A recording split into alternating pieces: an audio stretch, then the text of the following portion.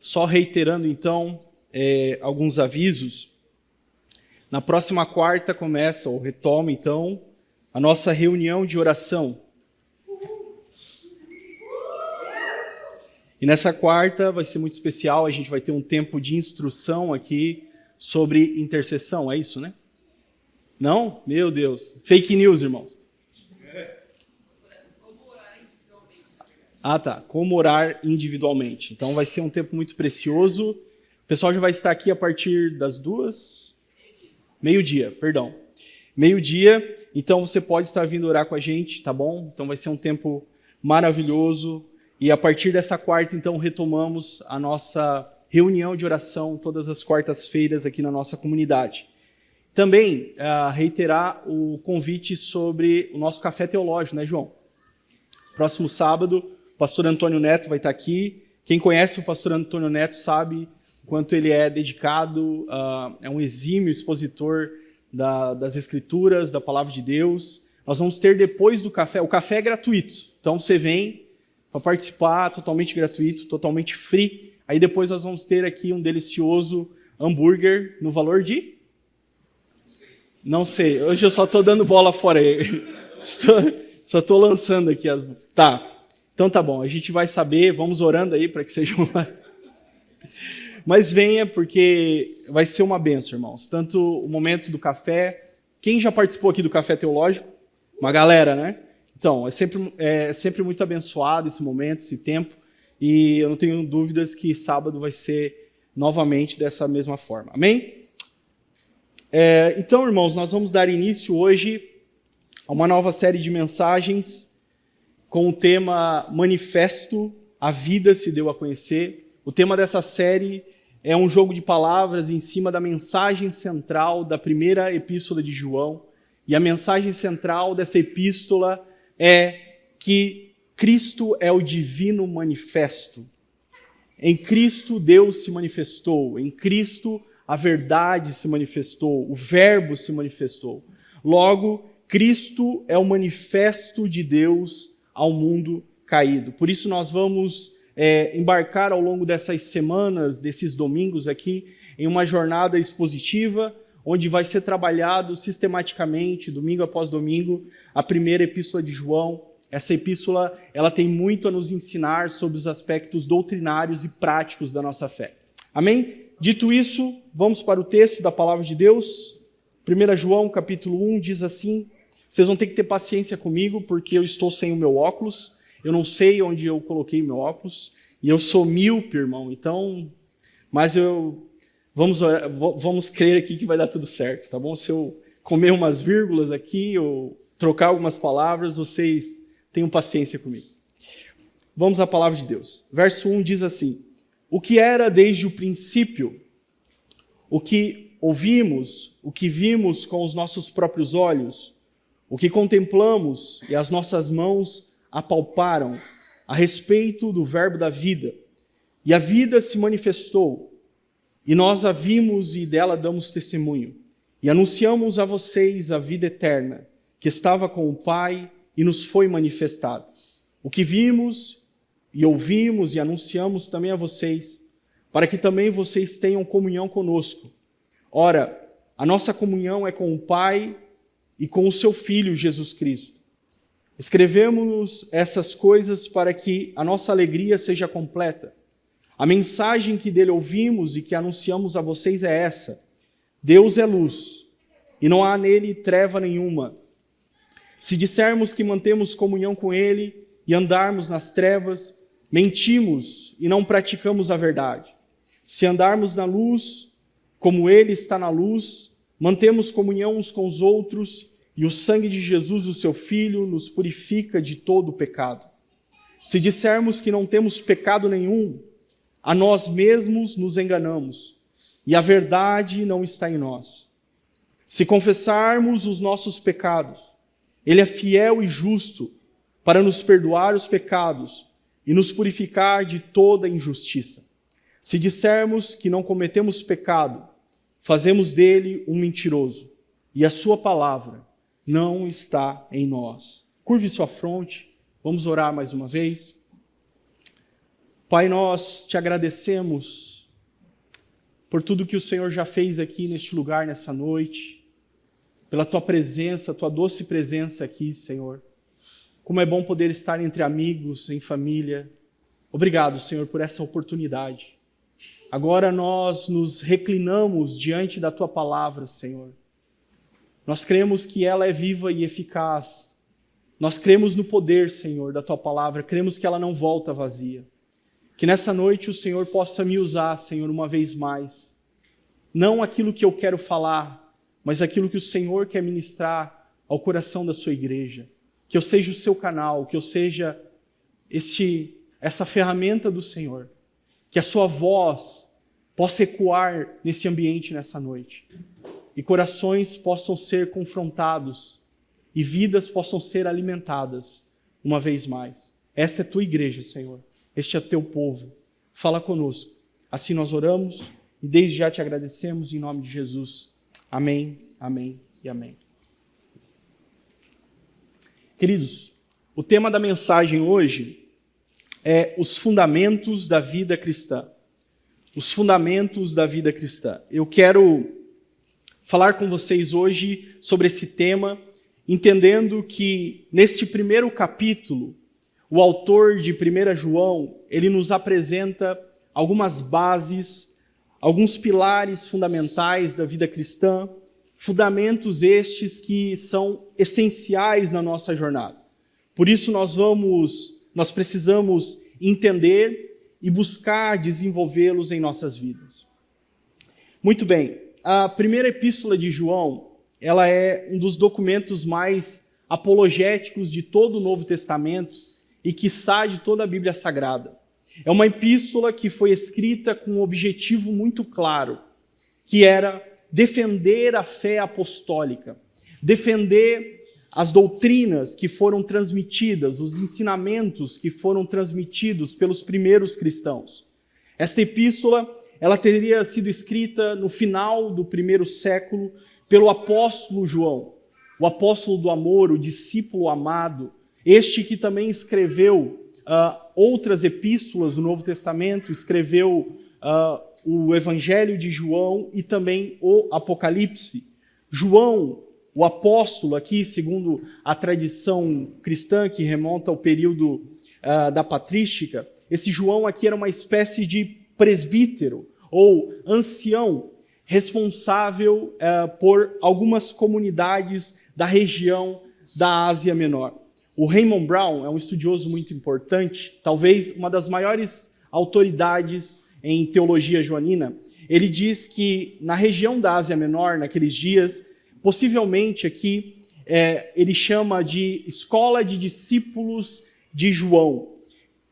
Eram seguidores de João que preservavam os ensinos e a tradição joanina, a tradição do apóstolo do Senhor. Essa epístola, ela foi escrita em um contexto onde muitos apóstolos e cristãos estavam morrendo. Muitos já tinham morrido, outros estavam sendo presos, e começou então a escalonar a perseguição contra o cristianismo, contra os seguidores do caminho de Jesus.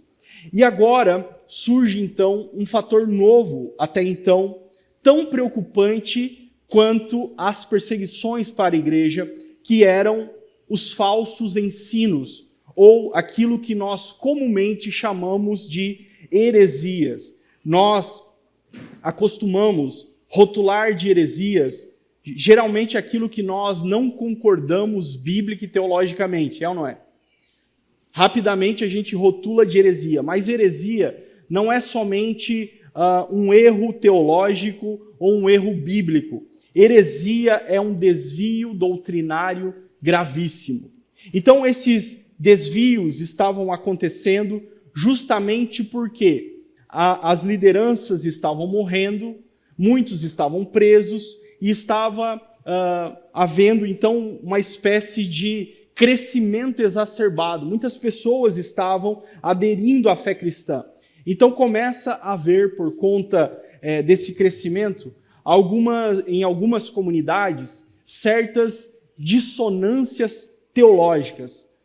começam a se infiltrar no meio das comunidades doutrinas estranhas, ensinamentos estranhos que eram diferentes daqueles ensinamentos basilares que foram passados pelos apóstolos.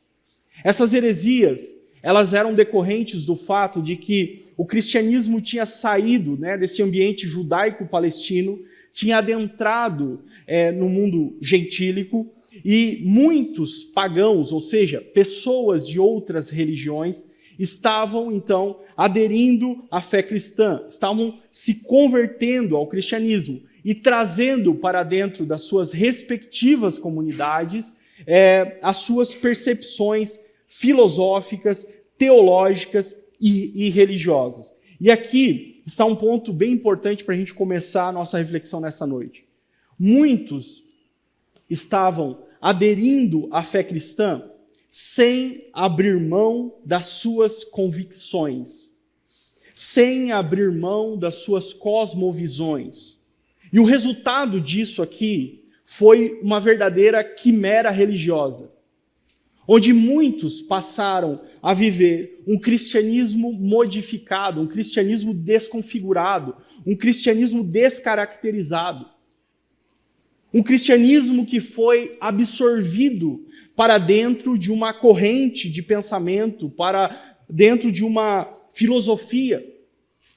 E a corrente de pensamento aqui, dos contemporâneos de João, era uma espécie de proto-gnosticismo. É um gnosticismo incipiente. Só para você entender, o gnosticismo ele foi uma corrente de pensamento que misturava filosofia grega, e aqui no caso o platonismo, misturava vários elementos de outras tradições religiosas, era uma verdadeira mistureba. O gnosticismo pregava que a matéria era má.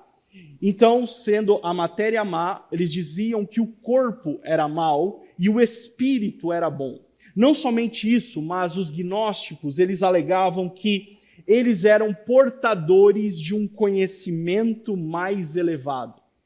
Eles eram portadores de uma nova revelação. Eles eram portadores de um conhecimento superior. Eles se achavam e se diziam iluminados, porque eles tinham acesso a este conhecimento que na visão deles era salvífico. Ou seja, bastava ter esse conhecimento para ser salvo. Essa heresia, meus irmãos, ela foi tão devastadora que várias cartas do Novo Testamento, epístolas, foram escritas para combater essa ameaça. As 3 epístolas de João combatem essa ameaça. A epístola aos Colossenses, 1 e 2 Timóteo, 2 Pedro, Tito, Judas, todas essas epístolas tratam e combatem essa heresia que estava ganhando muita forma nos dias do Novo Testamento. Então acontece que alguns adeptos dessa corrente gnóstica começam então a absorver algumas ideias do cristianismo. E dessa mistura maluca surge então o docetismo. O docetismo é a primeira grande heresia do primeiro século da era cristã. Na verdade, houveram outras heresias, como os judaizantes, como os ebionitas, mas o docetismo foi uma heresia extremamente nociva. Os docetistas, eles eram gnósticos que aderiram à fé cristã e estavam propagando a sua teologia em muitos lugares, em muitas comunidades, e como eu disse, estava crescendo de uma maneira muito grande, ganhando cada vez novos adeptos. Por terem essa forma de pensar, eles diziam que Cristo não teria vindo em carne.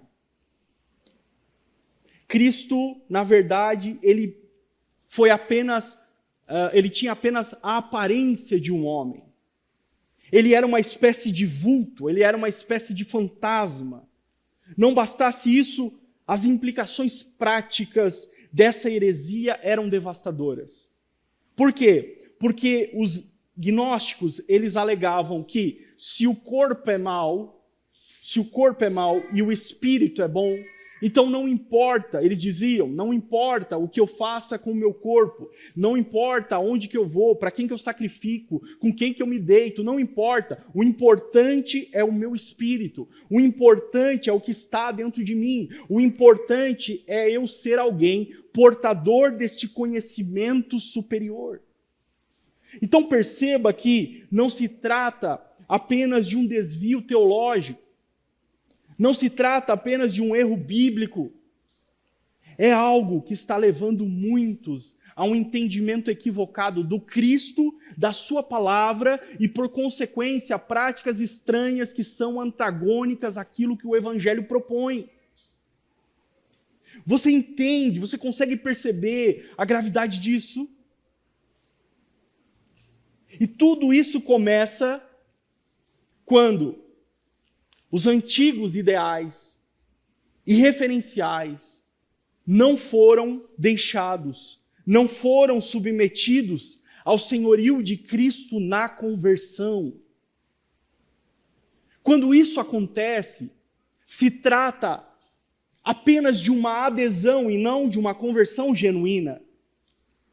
Esses hereges tinham extraído algumas coisas que para eles era conveniente, que para eles era interessante, sei lá, a mensagem de paz do cristianismo, a mensagem de amor, a mensagem de esperança, a mensagem de justiça, eu não sei. Mas fato é que eles estavam pensando somente aquilo que eles achavam bom e interessante para eles. Fato é que estes não abandonaram a velha forma de pensar. Ou seja, eles estavam tentando fazer o Evangelho se encaixar dentro da sua filosofia diabólica. Por isso eu gostaria de aproveitar esse ponto para salientar, isso é muito importante nós entendermos, irmãos. Ser discípulo de Jesus vai além de você meramente aderir à fé cristã. Ser discípulo de Jesus é trilhar o caminho do discipulado. E o caminho do discipulado começa quando você deixa tudo para trás. Infelizmente, tem muita gente que nesses dias tem apenas aderido à fé cristã. Tem aderido o cristianismo como uma nova religião, mas não tem aderido o estilo de vida que o Evangelho propõe. Por isso, a conversão não é meramente a adesão a uma nova religião. A conversão a Cristo trata-se de uma ruptura com os antigos referenciais e ideais que outrora norteavam a sua mente, o seu coração e a sua vida. Então, se outrora lá no mundo você era, sei lá, Hare Krishna, sei lá, me veio na mente agora. Você era espírita, você era um bandista, você acreditava em duende, você acreditava em pedras mágicas, você acreditava no alinhamento dos astros, em horóscopos, sei lá. E aí, você conheceu Jesus, você entregou a sua vida ao Senhor, você adentrou, começou a participar da disciplina de uma igreja local. Agora, essas vãs filosofias, elas não podem mais nortear a sua vida, não podem mais influenciar a sua forma de pensar e a sua forma de ver o mundo e a sua forma de viver nessa terra. Por isso Paulo fala em Romanos, no capítulo 12, transformai-vos pela renovação da vossa mente. Ou seja, na conversão, a nossa mente foi renovada. E a partir dessa nova forma de pensar, nós somos transformados em verdadeiros discípulos de Jesus. É essa nova mentalidade que irá transformar você em um discípulo verdadeiro, com uma fé autêntica. Mas quando a fé cristã, meus irmãos, ela é apenas adicionada a convicções anteriores que não foram confrontadas pelo Evangelho, o resultado é confusão. O resultado é essa mistura incoerente, amorfa, incapaz de gerar transformação real, porque é um evangelho travestido, é um evangelho diluído, é um evangelho modificado. Escute, quem adere à fé cristã sem a submissão ao senhorio de Cristo, deixando tudo para trás, incluindo a velha forma de pensar, não consegue experimentar a verdadeira transformação. O evangelho, ele não é somente a boa notícia. Ele é a boa notícia. Etimologicamente, no sentido da palavra, é boa nova, boa notícia. Mas Paulo também nos diz que o evangelho é o poder de Deus. O poder de Deus. E uma das características desse poder que Paulo está falando através do evangelho é a transformação do homem. O evangelho puro, o evangelho simples, o evangelho sem adições, sem subtrações, ele promove a transformação no coração do mais vil pecador. É por isso que nenhuma filosofia, ideologia humana, ideologia política, pode gerar ou proporcionar no coração pecaminoso do homem a transformação que só Cristo pode fazer. Por isso, olhe para dentro de você nessa noite. Se a transformação que o Evangelho promove em nós, após a conversão, não está acontecendo de verdade na sua vida, se não há transformação, se não houve transformação, você precisa se perguntar: será que você se submeteu a Cristo em todos os aspectos da sua existência, incluindo a sua velha forma de pensar, ou a sua conversão foi como desses gnósticos aqui, uma adesão conveniente que não destronou as filosofias que antes os guiavam? Vamos pensar nisso. Vamos refletir sobre isso. Porque o Evangelho nos convida a uma vida de transformação. Amém, irmãos? Vocês estão comigo aí?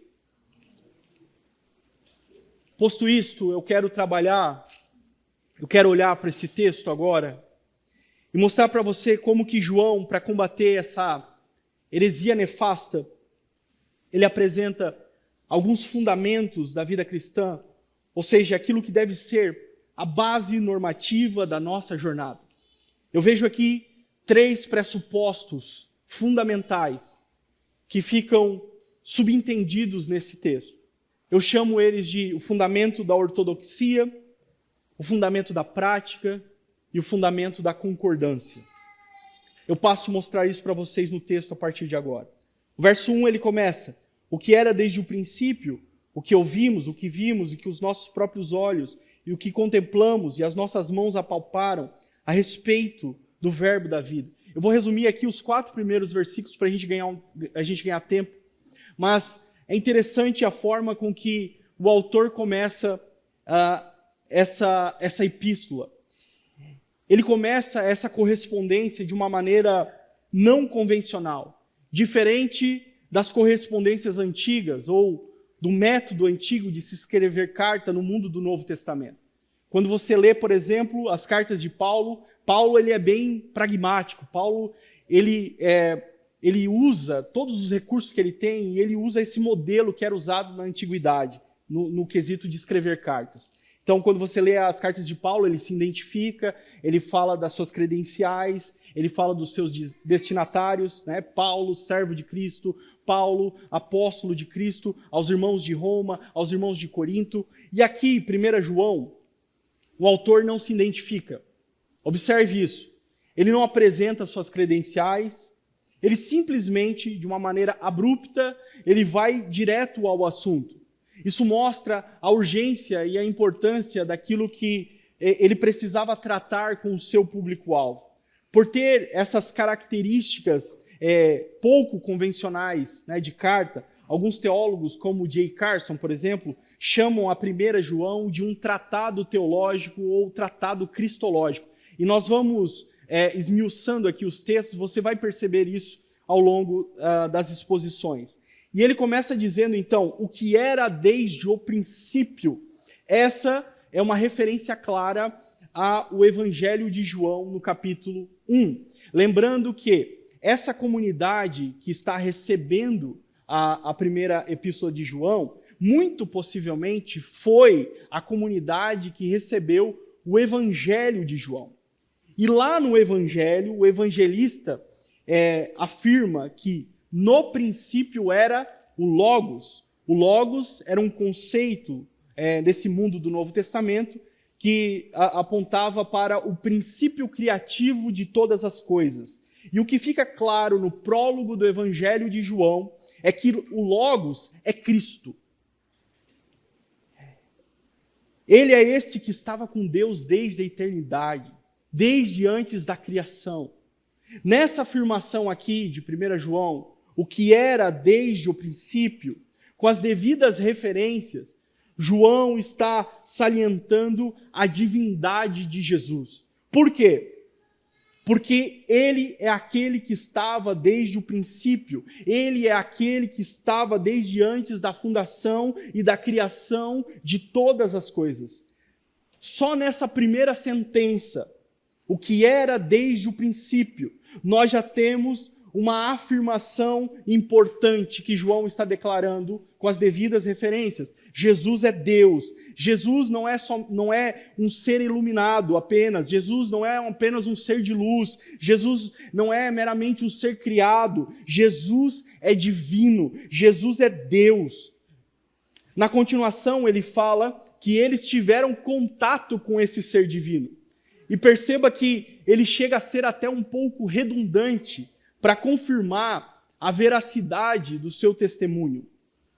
Ele diz: nós não somente vimos com os nossos olhos, nós não somente contemplamos, nós não somente ouvimos, nós apalpamos o verbo da vida, em outras versões.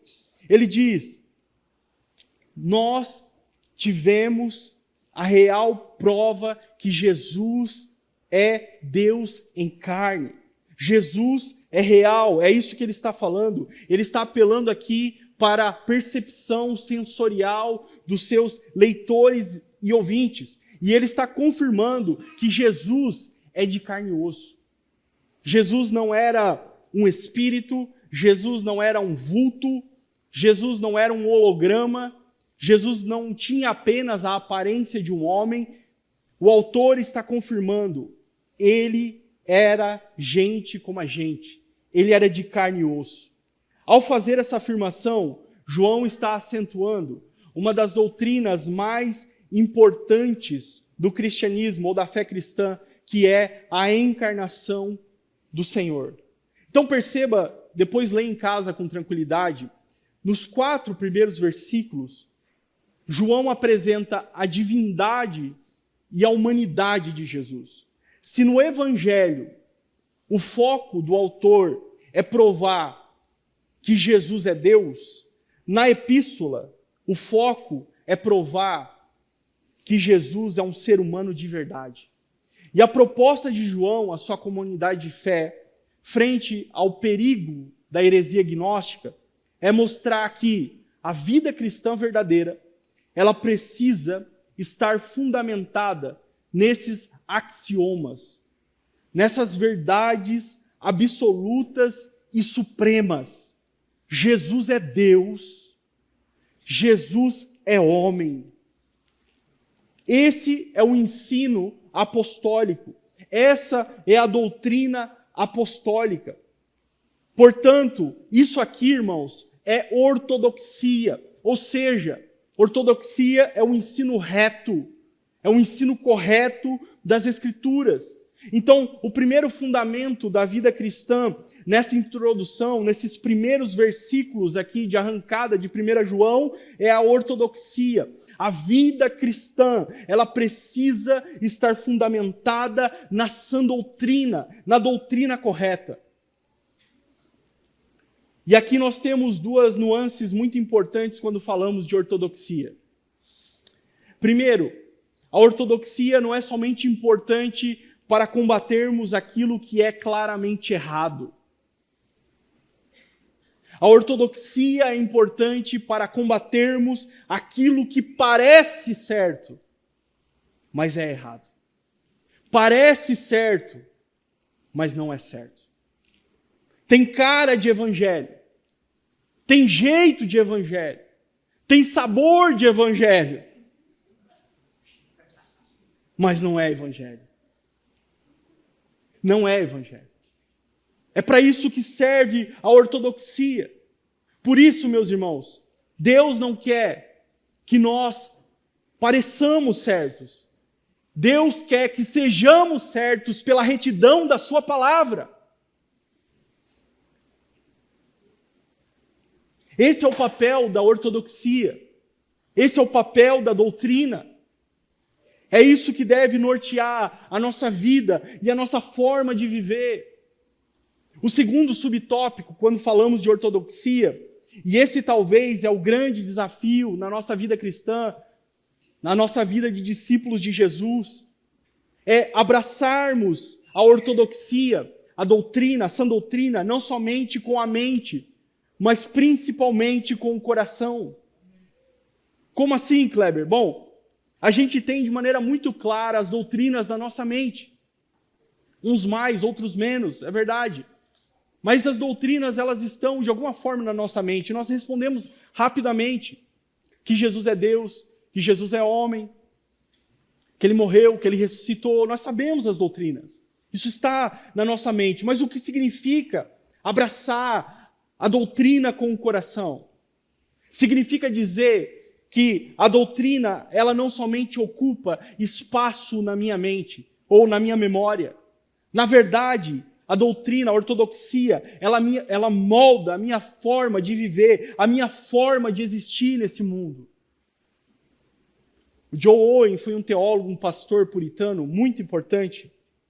E ele tem uma frase que ele diz assim, que a verdade das Escrituras não deve apenas informar a mente, mas governar o coração e a vida. Porque essas verdades das Escrituras, elas não foram dadas apenas para serem afirmadas e reafirmadas, mas para serem incorporadas à nossa existência, para serem encarnadas na nossa vida diária. Porque era assim que viviam os primeiros cristãos. Eles não somente diziam, Jesus é Deus, Jesus é Senhor. Eles viviam de uma forma em que isso era evidenciado na maneira como que eles lidavam com as situações do seu dia a dia, na maneira com que eles eram perseguidos, mediante as falsas acusações, mediante a perdas de bens. Isso é abraçar a ortodoxia com o coração. É quando a verdade do Evangelho deixou de ser apenas uma verdade bonita a ser afirmada, mas ela se tornou uma realidade concreta na nossa vida. Se você diz, Jesus é Deus, se você diz, Jesus é Senhor, viva uma vida em que essa verdade seja evidenciada no seu cotidiano, para que de fato o mundo veja que Jesus é o seu Deus, que Jesus é o seu Senhor. Na sequência, nos versos 5, 6 e 7, João apresenta o segundo fundamento da vida cristã, que tem a ver com aquilo que eu acabei de falar, está em total consonância com o primeiro, que é o aspecto prático da fé. O primeiro fundamento é a doutrina correta, é a ortodoxia, e o segundo é a prática correta. Os versos 5 e 6 ele diz, a mensagem que dele ouvimos e que anunciamos a vocês é essa, Deus é luz, e não há nele treva nenhuma. Se dissermos que mantemos comunhão com Ele e andamos nas trevas, mentimos e não praticamos a verdade. João diz, Deus é luz, ou seja, Deus é santo. Nele não existe imoralidade, não existe pecado, não existe trevas. Isso significa que, se eu digo que eu tenho comunhão com Deus, que é essencialmente, em sua natureza, luz, eu não posso caminhar em trevas, irmão. Se eu digo que eu tenho comunhão com Deus e eu caminho em trevas, ou seja, eu vivo uma vida de pecados, uma vida de vícios, uma vida dominada pela imoralidade de maneira intencional, se eu vivo uma vida passando pessoas para trás, mentindo o tempo todo, na verdade, eu sou um mentiroso. Em que sentido eu sou um mentiroso se eu vivo dessa forma? No sentido que eu não tenho comunhão com Deus coisa nenhuma. Eu não tenho comunhão com Deus se eu vivo dessa forma. Porque não existe comunhão entre trevas e luz. E que fique claro que o texto ele não está falando dos tropeços da jornada. O texto não está falando das falhas. Aqui a gravidade é um estilo de vida pecaminoso. Um estilo de vida onde a iniquidade foi abraçada. A denúncia aqui contra os hereges, eles diziam: Deus é santo, Deus é luz, Deus é maravilhoso. Mas eles viviam uma vida onde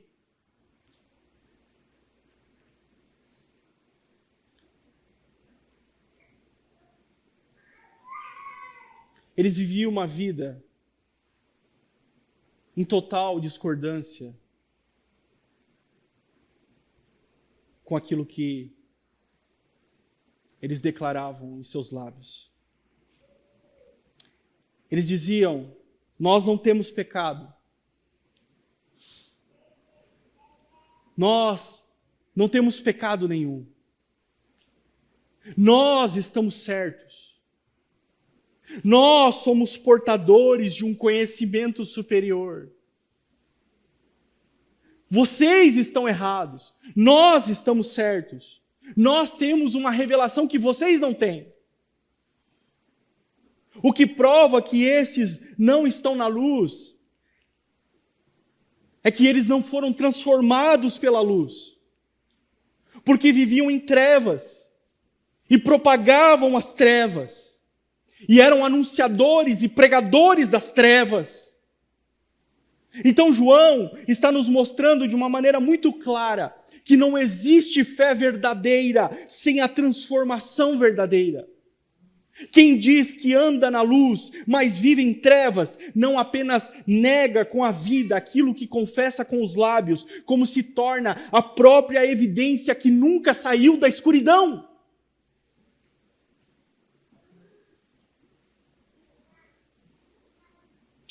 Por isso, o autor está nos mostrando que o conhecimento de Deus, meus irmãos, não é apenas informação acumulada na mente,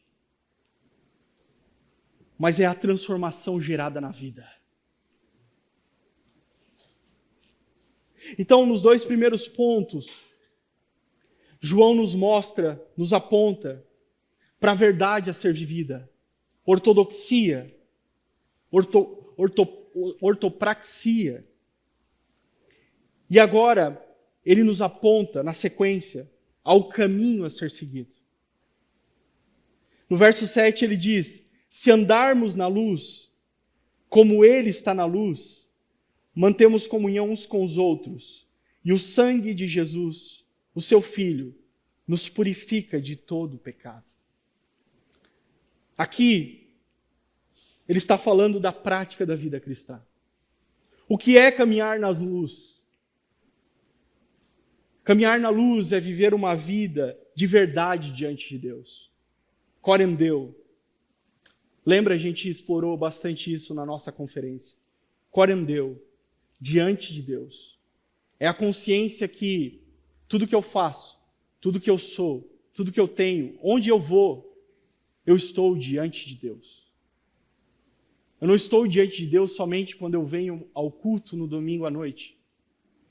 Eu estou diante de Deus no meu quarto. Eu estou diante de Deus no banheiro da minha casa. Eu estou diante de Deus na minha faculdade, onde eu estiver. Caminhar na luz é viver uma vida sem máscaras, sem performance. Caminhar na luz não significa que você não vai mais errar. Não significa que você não vai mais pecar. Mas significa que você recusará a se esconder na escuridão novamente. Porque a luz te atingiu. Porque a luz mudou a sua vida, transformou seu coração, transformou suas afeições. E a consequência de andarmos na luz, João está dizendo que é essa comunhão mútua e a certeza de alguém que nos justifica diante de Deus, que é Cristo. Mesmo se pecarmos, mesmo se tropeçarmos, se nós realmente caminharmos na luz, o sangue de Jesus é totalmente suficiente para nos purificar de todos os pecados. Agora, a partir do verso 8, João trabalha o terceiro fundamento da vida cristã, que eu chamo de o fundamento da concordância. Redobre sua atenção agora, por favor. Assimilar esse fundamento é importante porque ele é a prova real que eu entendi, de fato, quem Deus é. O que comprova que eu entendi quem Deus é, não é meramente o meu conhecimento intelectual, não é meramente o meu conhecimento bíblico. O que comprova que eu entendi quem Deus é a forma como eu correspondo à revelação de Deus. Como assim? Deus tem se revelado a nós. E quando eu digo nós, eu estou falando da humanidade. Deus se revela na criação. Deus se revela em Cristo. A maior revelação de Deus é Cristo. E Deus se revelou na sua palavra. A palavra é a revelação de Deus. E aqui nós temos revelada a nós a vontade de Deus. A forma com que Deus deseja que nós venhamos a caminhar nessa terra. Nessa revelação contém as orientações para que nós vivamos nesse mundo. Logo, eu preciso correspondê-lo conforme a maneira que Ele estabeleceu na sua própria revelação. Porque se eu responder de uma maneira diferente, isso é a prova que eu não entendi a revelação e, por consequência, eu não entendi quem Deus é. Por exemplo, se na palavra Deus se revela como um Deus perdoador, e Ele requer isso de nós, que nós sejamos pessoas que perdoem. Deus revela isso na sua palavra. Mas eu guardo mágoas, eu sou alguém que tem um coração duro, eu não libero perdão. Eu não perdoo aquele que pede perdão. Eu me mantenho duro, inflexível. Então, mesmo que eu saiba todos os versículos sobre Deus e sobre perdão, eu ainda não entendi quem Deus é. Porque entender Deus não é saber que Ele perdoa. É perdoar como Ele perdoa. Entender Deus não é simplesmente citar a sua vontade, mas é abraçar a sua vontade como o meu novo jeito de viver nesse mundo. É aquilo que Santo Atanásio, ele disse, entender quem Deus é se tornar pela graça aquilo que Deus é por natureza. Olha que belo isso. Se tornar pela graça aquilo que Deus é por natureza. Por isso, o que comprova que você entendeu de fato quem Deus é, o que comprova que você realmente entendeu, é o que você está se tornando, é a forma, é aquilo que você está se tornando a cada dia. Você está mais parecido com Deus, está mais parecido com Cristo. E aqui entra, meus irmãos, o fundamento da concordância que João está propondo. Perceba que dos versos 8 ao 10, ele vai trabalhar agora o tema confissão. E a confissão é isso. A confissão é você entrar em concordância com Deus. Concordância não é a confissão não é somente você dizer o que fez ou o que você deixou de fazer. Confissão é você entrar em concordância com Deus. Por isso que a confissão é um dos meios estabelecidos pelo próprio Deus para que a gente pudesse alinhar o coração com Ele. Olha que precioso isso. Deus deixa na sua palavra um princípio a todos nós. Um princípio à sua igreja. João diz, se dissermos, verso 8, nós já estamos caminhando para o final. Eu peço a sua atenção agora, por favor, irmãos. É muito importante. Já estamos caminhando para o final. Se dissermos que não temos pecado nenhum, a nós mesmos nos enganamos e a verdade não está em nós. O primeiro ponto aqui da confissão é: eu não posso dizer que eu sou quem eu não sou. Eu não posso dizer o que não sou, aquilo que eu sou. Eu preciso ser sincero. Isso aqui é um disparo contra o auto-engano. O auto-engano é você enganar a si mesmo. É viver uma vida de mentira. É construir um mundo de mentira na sua cabeça. É dizer, eu não tenho pecado, está tudo bem, eu não preciso de nada, eu não preciso de ninguém. Eu não preciso de ajuda. Se você agir dessa forma, você está respondendo errado à revelação de Deus. Porque o Senhor nos chama para caminharmos em humildade diante dEle. Miqueias capítulo 6, versículo 8. Ele mostrou a você, ó homem, o que é bom e o que o Senhor exige. Pratique a justiça, ame a fidelidade e ande em humildade com o seu Deus. E ser humilde diante de Deus é você reconhecer sua fragilidade. É você reconhecer a sua fraqueza. É você reconhecer a sua debilidade. Não é à toa que o sermão mais poderoso do mundo, que é o Sermão do Monte, de Mateus capítulo 5, Jesus começa esse sermão dizendo assim: bem-aventurados os pobres de espírito. Sabe o que é pobre de espírito? São pessoas que reconhecem as suas misérias. São pessoas que reconhecem as suas debilidades. O pobre de espírito é alguém que está em concordância com Deus. O pobre de espírito não é alguém altivo, não é alguém arrogante, não é alguém soberbo.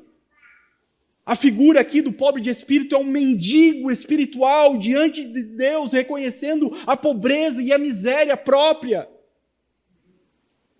Por isso, fuja do auto-engano, fuja da altivez, fuja da autossuficiência.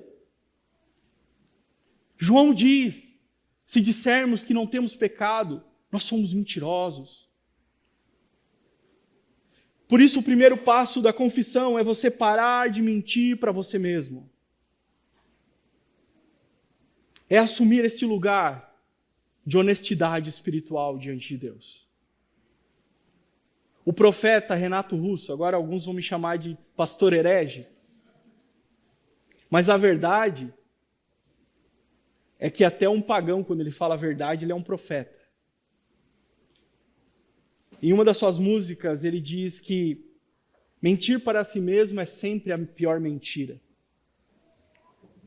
Não vão cantar aí, né, gente? Mas isso é verdade. Tem pessoas que mentem para si mesmas o tempo todo. Não porque amam a mentira, mas porque têm medo de enfrentar a verdade. E o problema é que a autoenganação não traz cura. A autoenganação, ela apenas atrasa o processo da cura na sua vida. Por isso que a vida cristã começa quando nós paramos de mentir para nós mesmos e nos colocamos em verdade diante de Deus, em honestidade diante de Deus, em humildade, reconhecendo que nós somos pecadores, miseráveis, que precisam da misericórdia e da graça. Os 2 versículos finais que eu quero trabalhar com vocês, eu vou pular o 9 vai ser o final aqui. Nós vamos para o 10. E no 10 ele diz assim: se dissermos que não cometemos pecado, fazemos dele um mentiroso, e a sua palavra não está em nós. Então aqui ele repete o mesmo padrão do versículo 8. No versículo 8 ele diz: se nós dissermos que não temos pecado, nós estamos mentindo para nós mesmos. E agora no verso 10 ele diz: se nós dissermos que não temos pecado, nós estamos dizendo que Deus é mentiroso. Fazemos dele um mentiroso. Por quê? Porque a palavra de Deus diz que nós somos pecadores. Se nós dissermos que nós não temos pecado, nós estamos chamando Deus de mentiroso. Porque a palavra diz que nós somos pecadores. Leia Romanos capítulo 3. Paulo descreve o pecado, a teologia do pecado que afetou o homem. Nós somos pecadores. Esse pecado, ele trouxe a desestruturação em nosso relacionamento com Deus, em nosso relacionamento com o próximo, em nosso relacionamento com a criação, com a natureza. Quantos viram essa semana algo que rodou todo o Brasil? O cãozinho lá que foi morto por uma trupe de adolescentes que mataram o animal de maneira fria, brutal, sem piedade. A verdade, meus irmãos, é que existe algo de errado com a humanidade. Olhe para o mundo. O que é essa maldade que flui naturalmente do coração do ser humano desde muito cedo, que o faz tão discordante de Deus e da sua forma de ser e existir? E isso tem nome, isso se chama pecado. O detalhe é que nós não somos pecadores porque pecamos. Nós pecamos porque somos pecadores. O que isso significa? O pecado vem antes. O ser pecador vem antes do fazer pecado. Isso significa que existe uma natureza caída dentro de nós, que nós vamos ter que lidar com ela até o dia da glorificação, até o dia que o Senhor Jesus voltar. E por mais espiritual que você seja, por mais crente que você seja, por mais uma pessoa de oração que você seja, você não pode dizer que não tem pecado. Um exemplo prático disso é se nós pudéssemos projetar aqui no Data Show os nossos pensamentos íntimos, sabe, as nossas particularidades, os nossos desejos, as nossas emoções. Se a gente pudesse fazer um experimento aqui e pudesse jogar aqui no Data Show e todo mundo ficasse assistindo de todo mundo, meu Deus, certamente nós ficaríamos constrangidos com as nossas inclinações, porque nós pecamos todo momento, desde quando nós acordamos. Nós pecamos por volição, nós pecamos por ausência, por omissão. Nós ficaríamos estarrecidos. Nós iríamos morrer de vergonha, ficar desnorteado de vergonha. Sabe o que isso prova? O quanto nós somos pecadores, meus irmãos. E assimilar isso é fundamental para que você alcance graça diante de Deus. Porque o quanto você assimila o quanto você é um pecador miserável, quando você assimila isso, você encontra graça diante de Deus. Um dia, eu evangelizei um jovem no trabalho, e eu estava dizendo para ele, olha, Cristo morreu pelos seus pecados. E ele falou assim, que pecado? Eu não fumo, eu não bebo, eu não traio ninguém, eu falo a verdade. Eu não tenho pecado. Então essa foi a desculpa que ele me deu para rejeitar a mensagem. Mas a verdade é que, enquanto nós não entendermos a gravidade dos nossos pecados diante de Deus, esse Deus santo, nós não entenderemos a necessidade de um Salvador. Enquanto nós não entendermos o quanto miserável nós somos, nós nunca compreenderemos a grandeza da graça. Veja que poderoso é isso. A Bíblia agora, João, aponta no verso 9, eu estou encerrando, para um caminho de restauração. Ele diz, se confessarmos os nossos pecados, Ele é fiel e justo para nos perdoar os pecados e nos purificar de toda injustiça. Sabe por que existe esse princípio aqui? Justamente porque nós somos pecadores. E por sermos pecadores, é possível que na jornada nós venhamos a tropeçar em algum momento. Talvez em algum momento você vai se sentir sobrecarregado, você vai se sentir desnorteado. Talvez você vai perder o foco e se desviar do propósito de Deus. E o caminho que Deus propõe em sua palavra para que haja restauração em nós, escute isso, é simplesmente reconhecermos que nós somos pecadores, é reconhecermos as nossas insuficiências diante dele e que ele é totalmente poderoso para nos restaurar.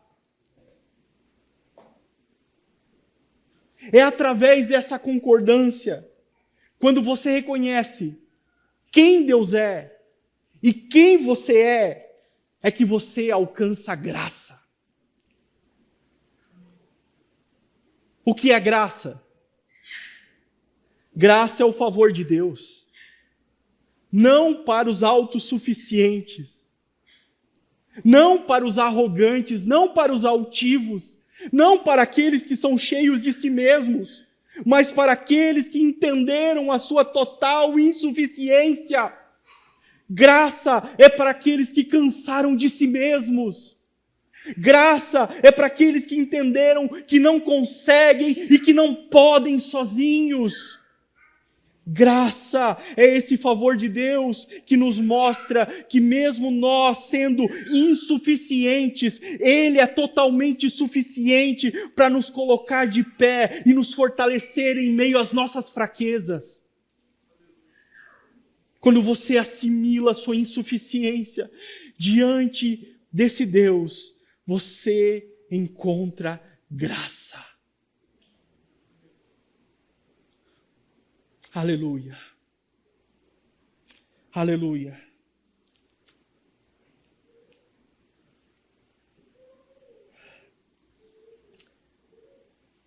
Por isso eu acho admirável a confissão de Asaf na Bíblia. Salmo 73. Sabe o que Asaf diz, irmãos? Não sei se você já parou para pensar. Eu vou parafrasear aqui, mas é muito interessante. Ele diz assim: eu quase me desviei. Por que, Asaf, você quase se desviou? Porque eu comecei a olhar para o ímpio. A vida boa que ele tinha, a vida boa que ele levava. Parafraseando. O quanto ele era alguém com posses. O quanto ele tinha tantas coisas que eu não tinha. E o miserável nem sequer fica doente. E eu aqui, sofrendo, servindo ao Senhor. Sabe onde que Asaf está confessando o seu pecado? Na Bíblia. E não somente isso, mas essa confissão se torna um louvor, porque salmos são louvores. A confissão de Asaf se torna um louvor. Não que a confissão dele torne o pecado aceitável. Não é isso. A confissão, ela não muda o erro, mas ela muda o lugar do coração. A confissão, ela tira o coração desse lugar de autossuficiência, sabe? Ela tira o coração desse lugar e coloca nesse lugar de dependência do Senhor. Aprenda com Asaf nessa noite. Talvez você lute para confessar o pecado porque, sei lá, você é líder, você é importante, você tem uma reputação a zelar.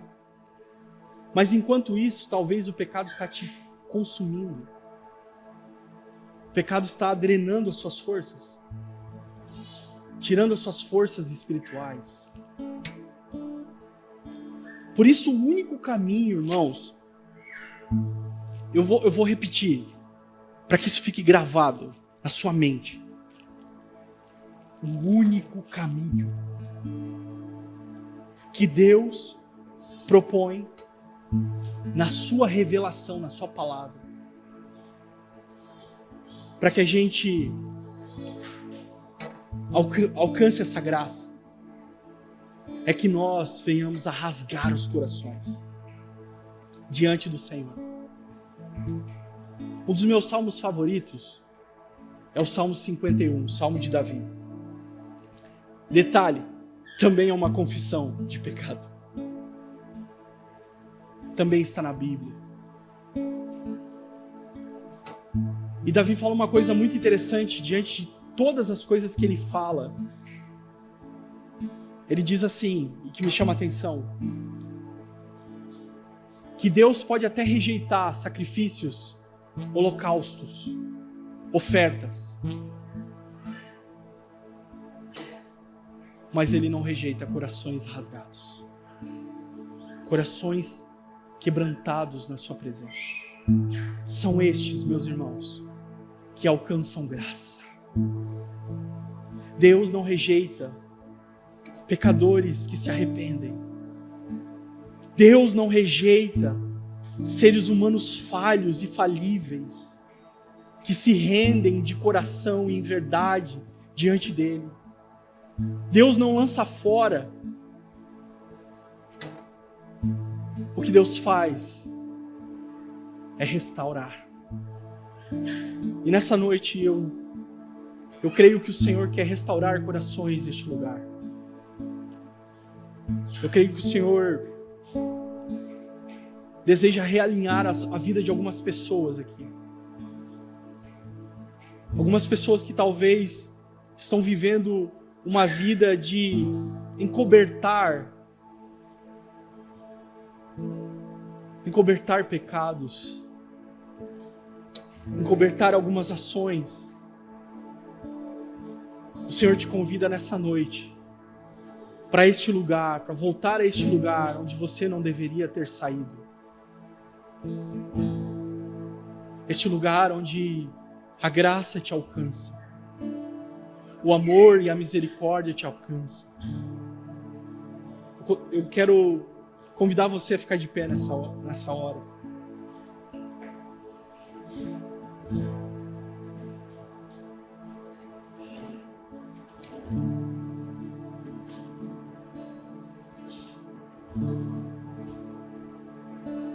O Senhor nos convida nessa noite a sermos moldados pela sua palavra, a vivermos uma vida de acordo com aquilo que professamos, a vivermos uma vida direcionada por aquilo que Ele diz. Ouse se colocar nessa posição nessa noite, nessa posição de humildade diante de Deus, de miséria diante de Deus.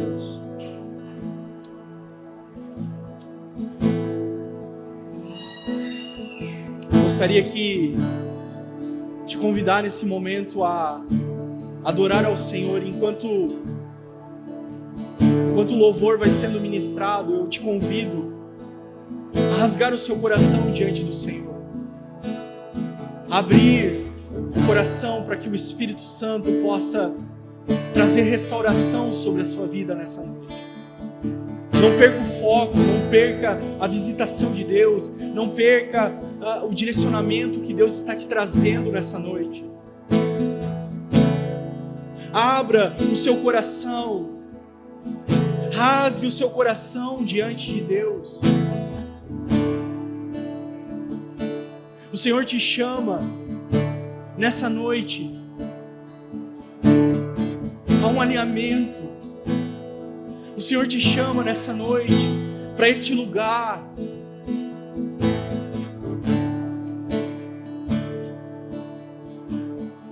Vamos adorar a Jesus.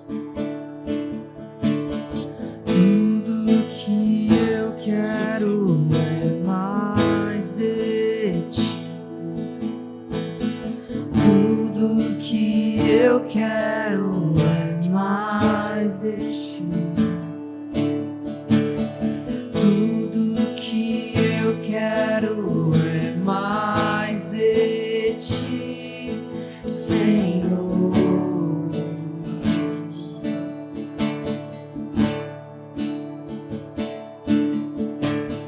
Tudo que eu quero é mais de ti.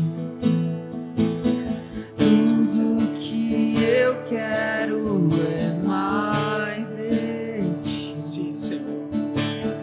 Tudo que eu quero é mais de ti, Senhor.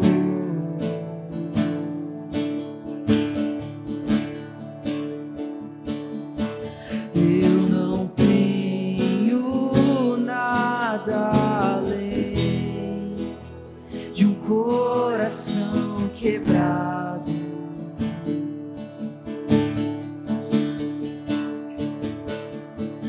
Eu não tenho nada além de um desejo.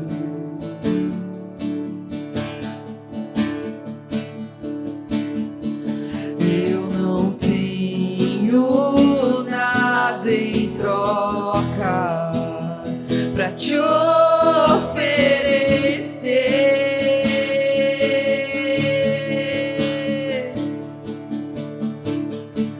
Apenas um anseio em meu coração.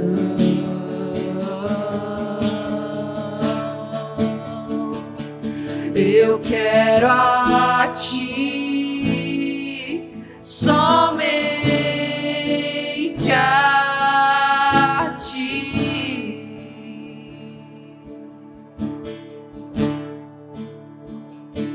Eu quero a ti, somente estar em ti.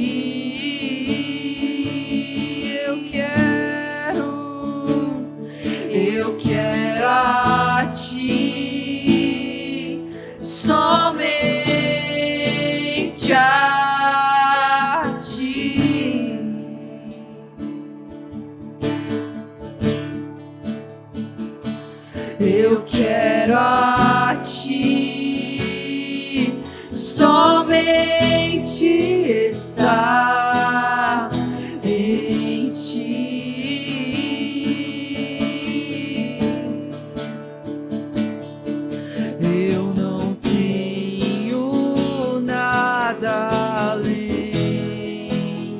de um coração quebrado.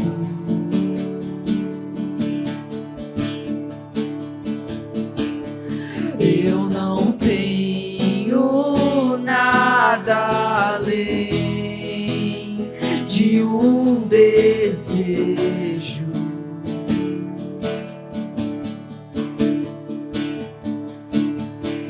Eu não tenho nada em troca pra te oferecer.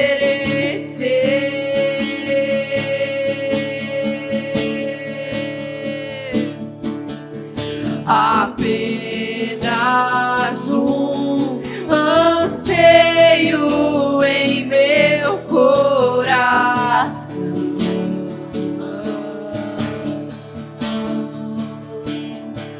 Eu quero a ti, somente a ti.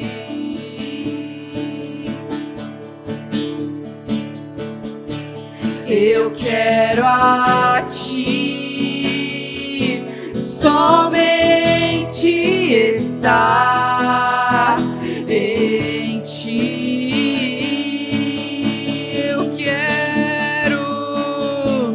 Eu quero a ti, somente a ti.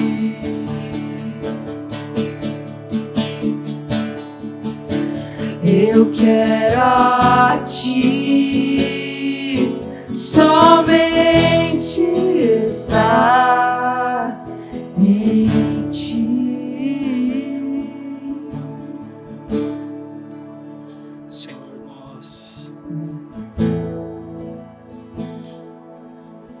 Nós te adoramos nessa noite, Senhor. Obrigado pela sua palavra, Senhor. Quando o Senhor fala, o homem fica vivo. Obrigado pela sua profunda graça, Senhor. A sua graça maravilhosa, que nos encontrou e que nos encontra todos os dias. Da tua misericórdia, Senhor, que se renova a cada manhã sobre nós. Obrigado, Senhor. Nos ajuda, Jesus, a viver uma vida de dependência de Ti. Possamos caminhar nessa terra, Senhor, encarnando as verdades da Tua palavra, não somente tendo elas em nossa mente, mas tendo elas em nosso testemunho diário. Nos ajuda a viver, Senhor, que nós possamos caminhar nessa terra em concordância contigo, Senhor. Eu oro por alguém aqui nessa noite que talvez está com o seu coração fechado, com o seu coração contraído. Senhor, eu creio que o Senhor tem falado nessa noite. Eu creio que o Senhor está ministrando sobre nós nessa noite. Que essa vida possa ser tocada, Senhor, pelo Senhor, confrontada pelo Senhor. Que nós possamos, Senhor Jesus, sair daqui nessa noite convictos uma vez mais daquilo que o Senhor deseja de cada um de nós.